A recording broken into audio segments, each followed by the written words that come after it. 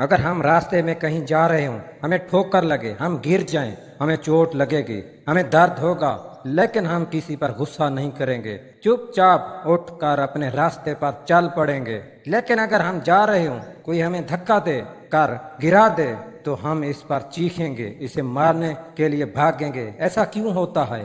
एक दरवेश आदमी किसी गांव से गुजर रहा था। एक शख्स के दिल में क्या ख्याल आया, इसने पीछे से आकर इस दरवेश को छड़ी मारी और भागने लगा। इसी भाग दौड़ में इसकी छड़ी जमीन पर गिर गई। दरवेश ने वो छड़ी उठाई, उस आदमी के पीछे जाते हुए उसे आवाजें देने लगा, भाई अपनी छड़ी तो लेते जाओ, अपनी छड़ी तो लेते जाओ। एक दुकानदार ये सब कुछ देख रहा था, हैरान था। इसने ऐसी बात पहले कभी नहीं देखी थी। इसने दरवेश से पूछा, इस आदमी ने आपको बगैर किसी वजह के तकलीफ पहुंचाई है, लकड़ी से मारा है, बजाय इसे कुछ कहने के आपको इसकी छड़ी की फिक्र पड़ी हुई है। दरवेश ने कहा, एक दिन मैं एक दरख्त के नीचे सो रहा था, दरख्त की शाख टूटकर मुझ पर आ गिरी। मुझे चोट तो काफी लगी थी, लेकिन मैंने दरख्त को कुछ नहीं कहा था। आज इस आदमी के हाथ से लकड़ी की छड़ी मुझ पर गिर गई, तो मैं इसे क्यों कुछ कहूँ। दुकानदार को दरवेश की बात की समझ ना आई। वो सुन के हंसने लगा। इसने कहा, दरख्त से लकड़ी का गिरना और बात है, इस आदमी का आपके ऊपर छड़ी गिराना और बात है। दरवेश बोला, मेरे लिए तो ये हमेशा से एक ही बात रही है। यह कहकर वो दरवेश इसे एक और बात सुनाने लगा। एक दफा मैं एक कश्ती में सफर कर रहा था। एक खाली कश्ती तैरती हुई कहीं से आई और पानी के बहाव की वजह से हमारी कश्ती से टकरा गई। कश्ती चलाने वाले मलाह ने इस खाली कश्ती को कुछ नहीं कहा। कुछ ही दिनों के बाद एक कश्ती जिसमें 8-10 लोग बैठे हुए थे हमारी कश्ती से आकर टकरा गई, तो हमारी कश्ती का मलाह दूसरी कश्ती वालों को बुरा भला कहने लगा, इन पर चीखने चिल्लाने लगा, इनसे लड़ने लगा। मैंने इससे कहा, अगर कश्ती खाली होती तो क्या आप इससे भी झगड़ा करते?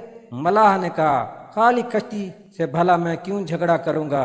तो दरवेश ने कहा, ये कश्ती भी तो इस दुनिया का एक हिस्सा है, कश्ती में बैठा हुआ आदमी भी इसी दुनिया का एक हिस्सा है। कश्ती को आप माफ कर देते हो, लेकिन आदमी पर इतना गुस्सा क्यों करते हो? इसके लिए तुम्हारा दिल सख्त क्यों हो जाता है? दुकानदार को इस दरवेश की बात समझ नहीं आई। हम जैसे बहुत से लोग भी इस बात को समझ नहीं पाते। जब कोई हमारे साथ गलत करता है तो हम इसके साथ गुस्सा करते हैं, इस पर चीखते चिल्लाते हैं, इसे बुरा भला कहते हैं, और हमें लगता है हम सामने वाले से अपना बदला ले रहे हैं, इसे नुकसान पहुंचा रहे हैं, जबकि हम इसका नहीं अपने आप का नुकसान कर रहे होते हैं। हम अपनी कड़वी बातों से इसकी जिंदगी में नहीं अपनी जिंदगी में जहर घोल रहे होते हैं। मेरा आपसे एक सवाल है, दुनिया में कितने ऐसे लोग हैं जिनकी गलतियों को आपने इनकी माफी मांगने से पहले ही माफ कर दिया हो? इसका जवाब जरूर देना। अगर किसी ने आपके साथ गलत किया, आपको तकलीफ पहुंचाई,